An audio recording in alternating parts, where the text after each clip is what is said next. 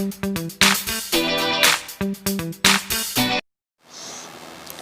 students, welcome to the channel English 360. Today we are going to read 5th chapter from your class 10 English book Footprints Without Feet. And the name of the chapter is also Footprints Without Feet, written by H.G. Wells. H.G. Wells is a well-known, you can say, fiction writer, and he is also called father of science fiction. He has written a complete novel, The Invisible Man, and this is an excerpt from that novel. So that novel is about a scientist whose name is Griffin, and he makes a discovery of invisibility. He makes a discovery as to how to make a human body invisible, and he makes himself invisible by swallowing some rare drugs. But he uses his invisibility. He attacks people, he hurts them, and finally, you can say that he meets a tragic end. Okay, in that novel. So if you want to read that complete novel, then you can go through that novel, that is The Invisible Man. But this is an excerpt from that novel. Okay, so this novel is that can a man become invisible? This is the story of a scientist who discovers how to make himself invisible. Does he use or misuse his discovery? Okay, so let us find out. Firstly, I would tell you the main characters here in this story. There is a scientist Griffin who is a brilliant scientist, but he is a lawless person. I mean, he breaks the law, he does not follow the law, and he attacks the people. And secondly, there is Mrs. Hall, who is the owner of an inn at Iping Village, and she is you can say a greedy lady also, and she tries to be social with Griffin, but Griffin does not want any sort of disturbance. And thirdly, there is a constable whose name is Mr. Jaffers, and Mr. Jaffers is a, you can say, dutiful person. He is a conscientious person. He tries to arrest a headless person, but to no avail. Okay, so let's try to find out what happens in the story. The two boys started in surprise at the fresh muddy imprints of a pair of bare feet. What was a barefooted man doing on the steps of a house in the middle of London? And where was the man? तो London की ये कहानी है. दो लड़के जो थे London के घर में सीढ़ियों पे उन्हें कुछ आप ये कह सकते हैं कि मड्डी फुटप्रिंट्स दिखाई दिए, मतलब नंगे पैरों के निशान जो कि कीचड़ में भरे हो, ऐसे एकदम से फ्रेश अपीयर हुए, लेकिन सिर्फ कदमों के निशान थे. वो आदमी कहीं दिखाई नहीं दे रहा था और लड़के बड़े हैरान हुए. वो स्टार्टेड का मतलब यहाँ पे एकदम they jumped with fright, they jumped in fear. Okay, अचानक से उन्हें वो कदमों के निशान दिखे, लेकिन वो इंसान कहीं दिखाई नहीं दे रहा था. और क्या कर रहा था एक बेयरफुटेड मैन जो था एक घर की सीढ़ियों पे लंदन के अंदर, और वो आदमी कहाँ था? ठीक है. As they gazed, a remarkable sight met their eyes. A fresh footmark appeared from nowhere. और जैसे वो ध्यान से देख रहे थे उन मड्डी फुटप्रिंट्स को, अचानक से एक और रिमार्केबल सीन, एक और हैरान कर देने वाला सीन उनकी आंखों के सामने आया, और एक नया फुटमार्क अपीयर हो गया इतनी देर में. मतलब पता नहीं कहाँ से फिर से कदमों के दो निशान, जैसे कोई आदमी चल रहा है लेकिन वो दिखाई नहीं दे रहा, उसके कदमों के निशान ही अपीयर हो रहे थे. Further footprints followed one after another, descending the steps and progressing down the street. The boys followed, fascinated, until the muddy impressions became fainter and fainter and at last disappeared altogether. उसके बाद और fresh footprints आते चले गए सीढ़ियों के ऊपर, एक के बाद दूसरा, और ऐसा लग रहा था जैसे कि कोई आदमी सीढ़ियों से उतर रहा है और स्ट्रीट की तरफ, गली की तरफ जा रहा है, लेकिन सिर्फ उसके कदमों के निशान ही वहाँ पे दिखाई दे रहे थे. उन लड़कों ने पीछा किया, वो बड़े हैरान थे, और धीरे धीरे जो वो मडी इंप्रेशंस थे, जो उसके कदमों के निशान थे कीचड़ भरे पैरों के, वो धीरे धीरे हल्के होते चले गए, फेंटर होते चले गए, और लास्ट में बिल्कुल ही गायब हो गए. The explanation of the mystery was really simple enough. The bewildered boys had been following a scientist who had just discovered how to make the human body transparent. और इस बात का, इस गुत्थी जो थी, इसका रहस्य बड़ा ही मतलब उसका एक्सप्लेनेशन बड़ा ही सिंपल था. इस रहस्य का वो जो हैरान हुए लड़के एक ऐसे साइंटिस्ट का पीछा कर रहे थे जिसने अभी अभी ये डिस्कवर किया था कि एक इंसान की बॉडी को ट्रांसपेरेंट कैसे बनाया जाता है. Griffin, the scientist, had carried out experiment after experiment to prove that the human body could become invisible. Finally, he swallowed certain rare drugs and his body became as transparent as a sheet of glass, though it also remained as solid as glass. तो Griffin था उस scientist का name. उसने काफ़ी experiments किए थे, experiments पे experiments किए थे ये प्रूव करने के लिए कि इंसान की बॉडी को इनविजिबल बनाया जा सकता है. और लास्ट में उसने कुछ रेयर ड्रग्स इन्वेंट किए, उनको निकल गया, उनको खा गया, और उसके बाद उसकी बॉडी एक ग्लास की शीट की तरह ट्रांसपेरेंट हो गई. हालांकि ये सॉलिड तो ग्लास की शीट की तरह रही, लेकिन ट्रांसपेरेंट हो गई. मतलब आपको वो दिखाई नहीं देगा, लेकिन अगर आप हवा में हाथ चलाओगे तो अगर वो सामने खड़ा है तो आप उसको फील कर पाओगे. Brilliant scientist though he was, Griffin was rather a lawless person. His landlord disliked him and tried to eject him. In revenge, Griffin set fire to the house. तो ब्रिलियंट साइंटिस्ट था, no doubt about it, because only a brilliant scientist can discover such a thing. लेकिन Griffin क्या था, एक lawless person था, वो कानून को नहीं मानता था. ठीक है, उसका लैंडलॉर्ड जो था, जो मकान मालिक जहाँ पे वो रहता था किराए पे, वो उसे पसंद नहीं करता था ग्रिफिन को, और उसने उसे घर से निकालने की कोशिश की. तो ग्रिफिन ने बदला लेने के लिए क्या किया, उसके घर को आग लगा दी. To get away without being seen, he had to remove his clothes. Thus, it was that he became a homeless wanderer, without clothes, without money, and quite invisible until he happened to step in some mud and left footprints as he walked. तो वहाँ से निकलने के लिए मतलब उसने क्या किया, ताकि लोग उसे देख ना सके, उसने अपने मकान वाले के घर को आग लगा दी. And he removed his clothes. देखिए, उसकी सिर्फ बॉडी ट्रांसपेरेंट हुई थी, उसके क्लोथ्स नहीं ट्रांसपेरेंट हुए थे. इसका मतलब जब वो क्लोथ्स पहनता था तब वो दिखाई देता था. तो उसको अपने कपड़े रिमूव करने पड़े इनविजिबल बनने के लिए. इस तरीके से वो क्या बन गया, एक बेघर वॉन्डरर, एक घुमक्कड़ आवारा इधर उधर घूमने वाला, जिसका कोई घर ना हो, विदाउट क्लोथ्स था वो, विदाउट मनी था और इनविजिबल था. और तब अचानक ऐसा हुआ होगा कि कीचड़ में उसने पैर रख दिए होंगे, तभी वो वहाँ से जब चल रहा था तो उसके फुटप्रिंट्स उन बच्चों को दिखाई दे रहे थे. He escaped easily enough from the boys who followed his footprints in London. जो लड़के उसके फुटप्रिंट्स का पीछा कर रहे थे लंदन में, उनसे तो वो बच निकला बड़ी आसानी से. But his adventures were by no means over. He had chosen a bad time of the year to wander about London without clothes. It was midwinter, the air was bitterly cold and he could not do without clothes. Instead of walking about the streets, he decided to slip into a big London store for warmth. तो देखिए, उसके जो कारनामे थे वो भी ख़त्म नहीं हुए थे. उसने एक बैड टाइम चूज़ किया था लंदन में बिना कपड़े घूमने के लिए, क्योंकि देखिए ठंड का टाइम था, मिड विंटर था, हवा काफ़ी ठंडी थी, इट वाज बाइटिंग कोल्ड, और कपड़ों के बिना उसका काम नहीं चल सकता था, मतलब उसे काफ़ी ठंड लग रही थी. तो उसने क्या डिसाइड किया, गलियों में बिना कपड़े घूमने के बजाय एक बड़े लंदन स्टोर में उसने घुसने की कोशिश निर्णय लिया कि वहाँ उसको जाके कुछ गर्माहट मिलेगी, कुछ कपड़े वगैरह वहाँ पर वो ढूंढ सकता है. Closing time arrived, and as soon as the doors were shut, Griffin was able to give himself the pleasure of clothing and feeding himself without regard to expense. तो वो बड़े लंदन स्टोर में घुस जाता है, क्लोजिंग टाइम आ जाता है, दुकान बंद करने का टाइम, और जैसे ही दरवाजे बंद हुए, ग्रिफिन ने क्या किया, मतलब उन लोगों के चले जाने के बाद वहाँ पे क्लोथिंग भी, उसे कपड़े भी मिल गए और वहाँ पे उसे खाना भी मिल गया, और उसे खर्चे की कोई परवाह नहीं थी, क्योंकि वो इनविजिबल था और किसी को दिख भी नहीं रहा था, और वैसे भी वो लोग वहाँ से चले गए थे. He broke open boxes and wrappers and fitted himself out with warm clothes. Soon, with shoes, an overcoat and a wide-brimmed hat, he became a fully dressed and visible person. तो उसने क्या किया, बॉक्सेस और rappers, boxes उसने तोड़ दिए, rappers खोले उसने, उसके बाद उसने जो वार्म क्लॉथ्स निकाले उसमें अपने आप को फिट कर लिया, और तो जल्दी उसे जूते भी मिल गए थे, ओवरकोट मिल गया था, और एक वाइड ब्रिम वाला, एक चौड़े किनारे वाला हैट उसने पहन लिया था. इस तरीके से वो फुली ड्रेस्ड, और क्योंकि जैसे अब उसने ड्रेस पहन ली थी तो विजिबल भी हो गया था, विजिबल पर्सन बन गया था. In the kitchen of the restaurant, he found cold meat and coffee, and he followed up the meal with sweets and wine taken from the grocery store. Finally, he settled down to sleep on a pile of quilts.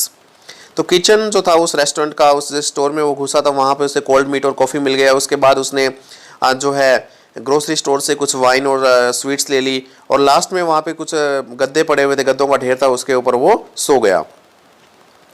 If only Griffin had managed to wake up in good time, all might have been well. As it was, he did not wake up until the assistants were already arriving next morning. When he saw a couple of them approaching, he panicked and began to run. तो देखिए, अगर वो time पे उठ जाता उस store के अंदर तो कोई प्रॉब्लम नहीं होती, लेकिन वो सुबह देर तक सोया रहा, और सुबह दुकान खुलने का टाइम आ गया, और असिस्टेंट्स वगैरह पहुंच गए. ठीक है, और जब उस ग्रिफिन ने देखा कि वो लोग उसकी तरफ आ रहे हैं तो वो घबरा गया और दौड़ने लगा वहाँ से. They naturally gave chase. In the end, he was able to escape only by quickly taking off his newly found clothes. So once more he found himself invisible but naked in the chill January air. तो देखिए, natural सी बात थी, जब उन लोगों ने देखा कि स्टोर के अंदर कोई आदमी है तो उन्होंने उसका पीछा किया, और लास्ट में जो है उसको वहाँ से भागना पड़ा अपनी जान बचाकर. और वो बचने का एक तरीका यही था कि उसने अभी जो उसको नए नए जो कपड़े मिले थे उसको वो टेक ऑफ करने पड़े, रिमूव करने पड़े, और एक बार फिर से उसने अपने आप को क्या पाया, जनवरी की जो चिल, जो ठंडी हवा थी, जो बाइटिंग कोल्ड थी, उसके अंदर उसने विदाउट क्लोथ्स इनविजिबल गलियों में घूमता हुआ अपने आप को पाया.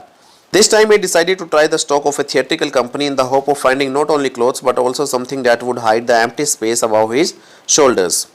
तो इस बार देखिए पहले प्रॉब्लम क्या थी, उसने वहाँ से जो क्लोथ्स जो लिए थे उसमें क्या था, जहाँ उसने क्लोथ्स पहने हुए थे, शर्ट, ट्राउजर्स, हैट वगैरह, तो उसका जो अबव नेक जो पार्ट था, मतलब वो हेड उसका दिखाई नहीं दे रहा था, ठीक है, उसका शोल्डर का ऊपर का हिस्सा जो था वो दिखाई नहीं दे रहा था। उसने क्या किया, इस बार मैं कुछ ऐसा ले लेता हूँ कि साथ में पूरा मेरा फेस भी दिखाई दे जाए। तो उसने क्या किया, एक थिएट्रिकल कंपनी जो थी वहाँ पे उसने जाने की कोशिश की इस बार, और shivering with cold he hurried to Drury Lane, the centre of the theatre world. तो ड्यूरी लेन नाम की जगह थी जहाँ पे थिएट्रिकल काफ़ी कंपनीज थी, तो वो ठंड से कांपता हुआ उस ओर बढ़ चला तेजी से। He soon found a suitable shop. He made his way invisible upstairs and came out a little later wearing bandages around his forehead, dark glasses, false nose, big bushy side whiskers and a large hat. तो उसको तुरंत ही एक suitable shop मिल गई अपने purpose के लिए। वो गया, इनविजिबल तो था ही, सीढ़ियाँ चढ़ता हुआ ऊपर की तरफ गया। उसने वहाँ से क्या किया, थोड़ी देर बाद वो बाहर आया। उसने अपने माथे के चारों ओर बैंडेजेस पहने हुए थे, पट्टियाँ बांध ली थी माथे के, डार्क ग्लासेस डाल लिए थे, उसने एक नकली नाक लगा लिया था और बड़ी बड़ी साइड विस्कर्स लगा ली थी, जो दाढ़ी होती है, मतलब आप ये कह सकते हो साइड में, और एक बड़ा सा उसने हैट पहन लिया था। इससे क्या हुआ, उसका मतलब फेस ऐसा लगने लगा कि फेस भी वहाँ पर है, वो जो शोल्डर के ऊपर जो एम्प्टी स्पेस था वो नहीं रहा था। To escape without being seen he carelessly attacked the shopkeeper from behind, after which he robbed him of all the money he could find. तो मतलब बिना देखे, मतलब बस निकलने के लिए, मतलब बिना वो किसी को दिखे ना, उसने क्या किया, बड़े ही निर्दयता से, बड़े ही कैलेसली शॉपकीपर जो था ना वहाँ थिएट्रिकल कंपनी का, उसको उस पर अटैक किया उसने पीछे से, और उसके बाद उसके पास जो भी पैसा था वो लूट कर वहाँ से चला गया ग्रिफिन। तो देखिए इस तरह से हम देख पा रहे हैं कि वो सारे ही काम एक लॉलेस पर्सन के जैसे ही कर रहा है, वो अपनी इनविजिबिलिटी का गलत फ़ायदा उठा रहा है। Eager to get away from crowded London, he took a train to the village of Iping, where he booked 2 rooms at the local inn. तो देखिए अब वो ये सोच रहा था कि वो जैसे क्राउडेड लंदन के अंदर रहेगा तो लोगों से टकराता रहेगा या उसको ज़्यादा प्रॉब्लम्स होगी वहाँ। तो उसने क्या किया, वो सोच रहा था कि मैं एक ऐसी जगह पे जाऊँ जहाँ पर मुझे थोड़ा सा रिलीफ मिले, चैन मिले। वैसे वो आइपिंग इसलिए जाना चाहता था क्योंकि वो एक ऐसा फॉर्मूला भी डिस्कवर करना चाहता था कि वो जब चाहे इनविजिबल, जब चाहे विजिबल बन जाए, क्योंकि अब उसको इनविजिबिलिटी में प्रॉब्लम्स भी आने लगी थी, उसको ठंड लग रही थी, ठीक है, और काफ़ी प्रॉब्लम्स फेस कर रहा था। तो वो मतलब उस रिसर्च को आगे ले जाना चाहता था आइपिंग जाकर। तो वहाँ जाकर उसने एक लोकल जो इन थी, एक जो आप ये कह सकते हो धर्मशाला थी, वहाँ पर उसने 2 कमरे बुक कर लिए। The arrival of a stranger at an inn in winter was in any case an unusual event. A stranger of such uncommon appearance set all tongues wagging. तो देखिए आइपिंग में मतलब एक स्ट्रेंजर इस टाइम में, विंटर के टाइम यूजुअली आता नहीं था, और उसकी इस तरह की अपीयरेंस, मतलब उसने बैंडेजेस लगाए हुए, डार्क ग्लासेस वगैरह, तो ये एक अनयूजुअल सी बात थी। इससे क्या हुआ, मतलब he became talk of the town, मतलब आइपिंग के अंदर सारे लोग उसकी बातें करने लगे। सेट ऑल टंग्स वैगिंग का मतलब सभी जगह उसी की बातें होने लगी। Mrs. Hall, the landlord's wife, made every effort to be friendly, but Griffin had no desire to talk and told her, "My reason for coming to Iping is a desire for solitude. I do not wish to be disturbed in my work. Besides, an accident has affected my face." तो देखिए जो Mrs hall थी, जो landlord की wife थी या जो उस इन की मालकिन थी, उसने क्या किया, उसने कोशिश की ग्रिफिन से बात करने की, फ्रेंडली होने की, लेकिन ग्रिफिन की कोई भी डिज़ायर नहीं थी बात करने की। उसने उसको स्पष्ट कह दिया, कहते कि आइपिंग में आने का मेरा एकमात्र उद्देश्य जो है कि मैं एकांत चाहता हूँ, इसलिए मैं मेरे काम में डिस्टर्ब किया जाना नहीं चाहता, और इसके अलावा एक एक्सीडेंट से मेरा चेहरा थोड़ा अफेक्ट हुआ, इसलिए मैंने पट्टियाँ वगैरह ये बांधी हुई है। उसने एक्सप्लेनेशन दी ताकि किसी को उसके ऊपर डाउट ना हो। Satisfied that her guest was an eccentric scientist and in view of the fact that he had paid her in advance, Mrs. Hall was prepared to excuse his strange habits and irritable temper. तो इस बात से satisfied होकर कि उसका जो मेहमान था वो एक एक्सेंट्रिक साइंटिस्ट था, मतलब एक्सेंट्रिक का मतलब ये कह सकते हो आप अजीब से स्वभाव वाला, ठीक है, और ये बात कि उसने उसको पे भी एडवांस में कर दिया था, किराया भी। तो मिसेस हॉल को इस बात से कोई दिक्कत नहीं थी कि उसकी हैबिट स्ट्रेंज है या उसका जो टेम्पर है वो चिड़चिड़ा है, उसका स्वभाव, तो वो उस बात को भी सहन करने के लिए तैयार थी। But the stolen money did not last long and presently Griffin had to admit that he had no more ready cash. लेकिन जो चुराया हुआ पैसा था ना ग्रिफिन के पास, वो ज़्यादा दिन तक नहीं चला, और अब तुरंत ही, जैसे जल्द ही ग्रिफिन को ये मतलब एडमिट करना पड़ा कि उसके पास और कैश नहीं है। He pretended however that he was expecting a cheque to arrive at any moment. लेकिन उसने बहाना दिखाते हुए कहा मिसेस हॉल को कि कुछ ही टाइम में उसके पास एक चेक आने वाला है। उसने झूठ बोल दिया। Shortly afterwards a curious episode occurred. Very early in the morning, a clergyman and his wife were awakened by noises in the study. Creeping downstairs, they heard the chink of money being taken from the clergyman's desk.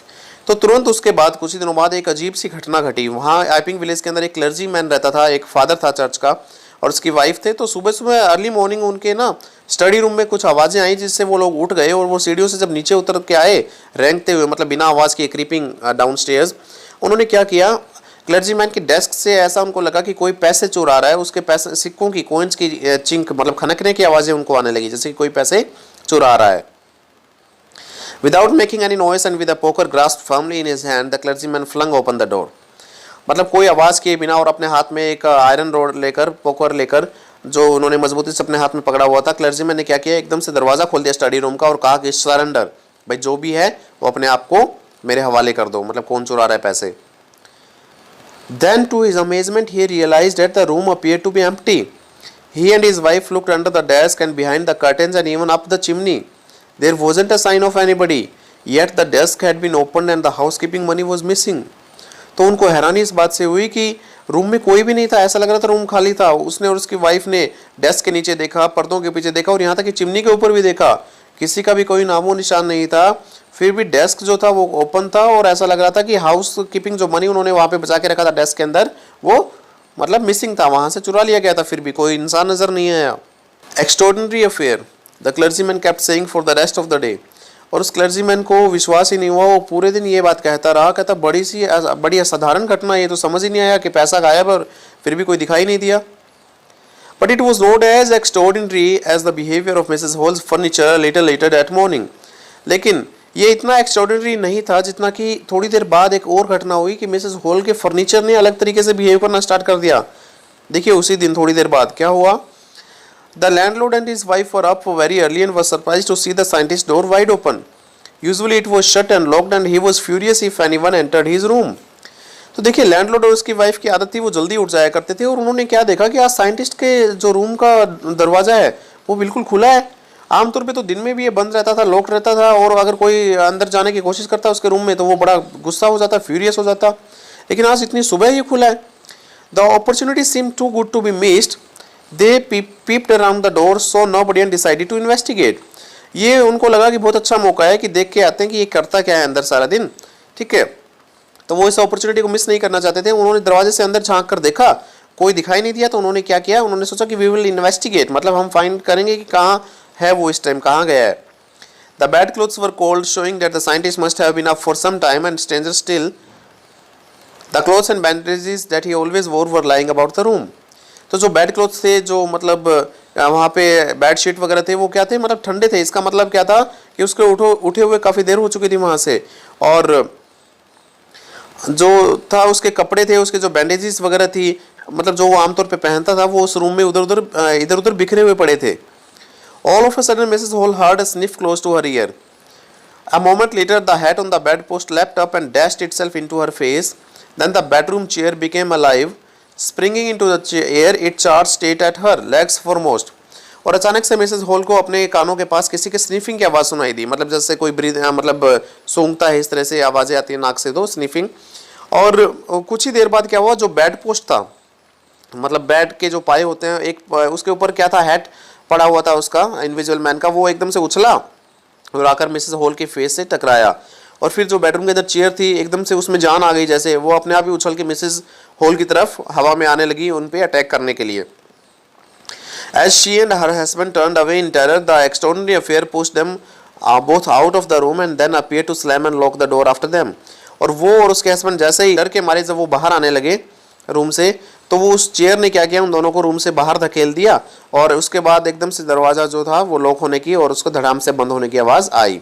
इसका मतलब वो जो invisible man था उसी ने clergyman के यहाँ चोरी की थी, जो वो दिखाई नहीं दे रहा था अर्ली मॉर्निंग में, उसके पास पैसे खत्म हो गए थे और वो ही वापस आ गया था अब रूम के अंदर, जब ये लोग उसके रूम को के अंदर इन्वेस्टिगेट कर रहे थे, और उसने ये हैट उछाला था और ये चेयर भी उनके ऊपर मतलब अटैक करवाई थी।